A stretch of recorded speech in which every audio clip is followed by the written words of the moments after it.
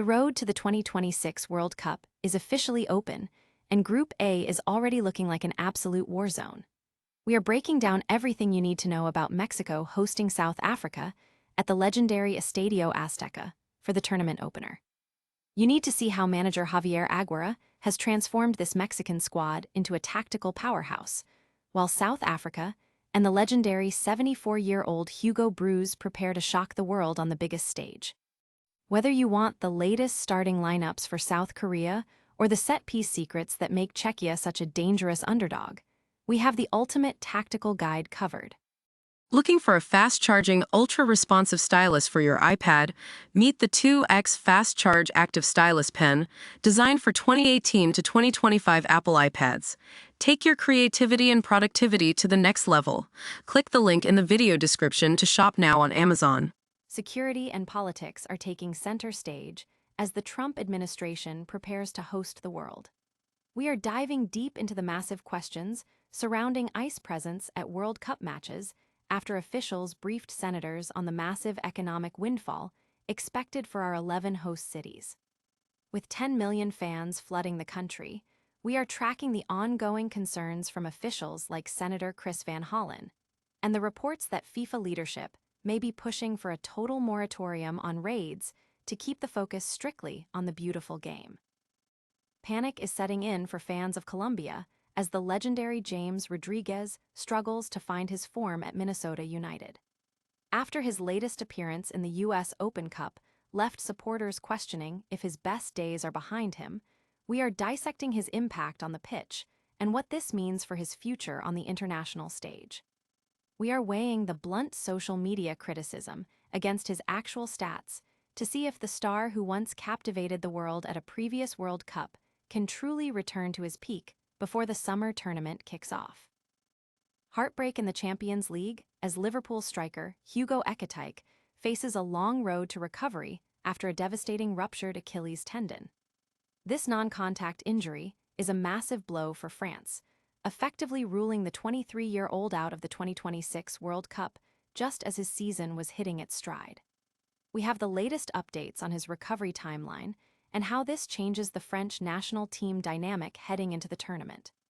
For all the analysis, betting picks, and daily recaps you need to stay ahead of the game, hit that subscribe button and ring the bell so you never miss an update.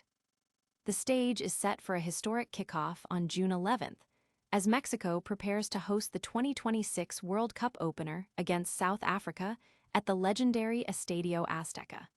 It is a poetic full-circle moment, mirroring the 2010 curtain raiser, but the stakes this time around feel significantly heavier.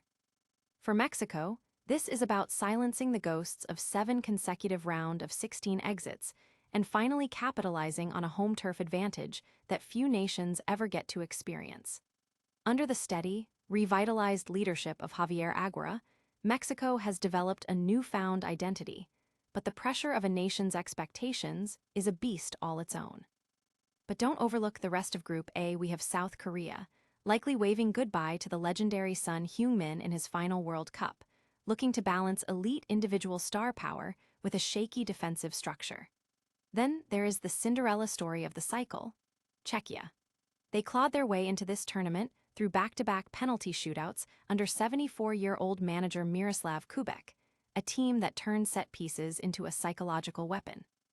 And finally, South Africa, returning to the world stage after 16 years, led by veteran coach Hugo in his final managerial act. They are the underdogs, but with a defensive grit that could easily spoil the party for the favorites.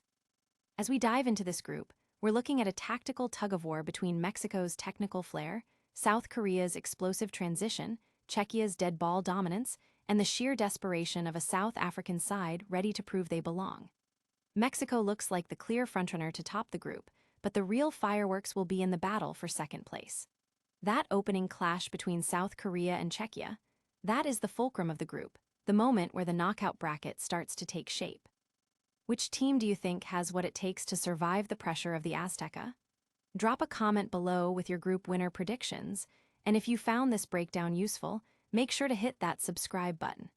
We are covering all 12 groups throughout the tournament, so keep it locked right here for the latest lineup updates and tactical deep dives. The world is watching, the whistle is about to blow. And in the World Cup, the only thing more dangerous than a favorite is a team with absolutely nothing to lose. Imagine the biggest sporting event on the planet is landing on your doorstep, promising a massive economic windfall, but there is a shadow looming over the pitch. We are just under 2 months away from the World Cup, and the Trump administration is currently briefing lawmakers on how exactly they plan to secure these high-profile games. On the surface, the message from the Commerce Department is clear. They want the U.S. to be open for business, aiming to streamline visa processes and welcome as many as 10 million international fans across 11 host cities. It sounds like a dream for the tourism industry, but behind the scenes, a major question is sparking heated debate on Capitol Hill. Will ICE be conducting immigration enforcement at the stadiums? Senator Chris Van Hollen didn't mince words, expressing deep concern that the administration's aggressive rhetoric and past actions might effectively scare off the very fans we are trying to attract. When pushed for clarity, officials keep pointing back to security, yet they remain frustratingly vague. Back in February, the acting ICE director confirmed they would have a presence on the ground, but he offered zero specifics on what that actually looks like. Even with our persistent inquiries, the White House is keeping its cards close to the vest, refusing to clarify the scope of these operations. This puts the organizers in a tight spot, with reports circulating that FIFA leadership might ask for a total moratorium on ICE raids during the tournament, a delicate request given President Trump's chummy relationship with FIFA's president. It brings up a tough reality. Can you really host a global celebration while simultaneously running an enforcement operation that makes your guests feel unwelcome? We are watching this closely as the kickoff clock ticks down. If you think sports and politics should stay separate, hit that like button and let me know in the comments. Can a nation truly be open to the world while its immigration agents are active at the gate?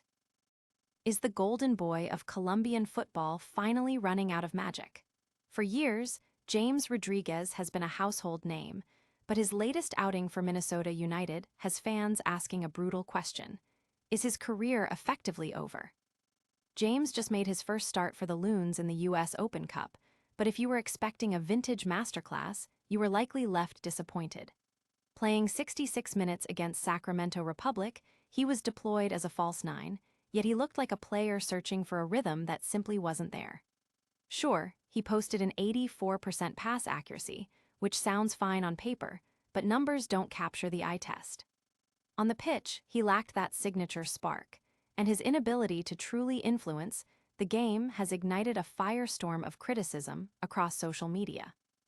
We are seeing a growing chorus of Colombian supporters who are genuinely panicked about the 2026 World Cup. The sentiment is getting harsh, with many calling him finished both physically and competitively. It is a sobering reality check for a player who once lit up the global stage in 2014.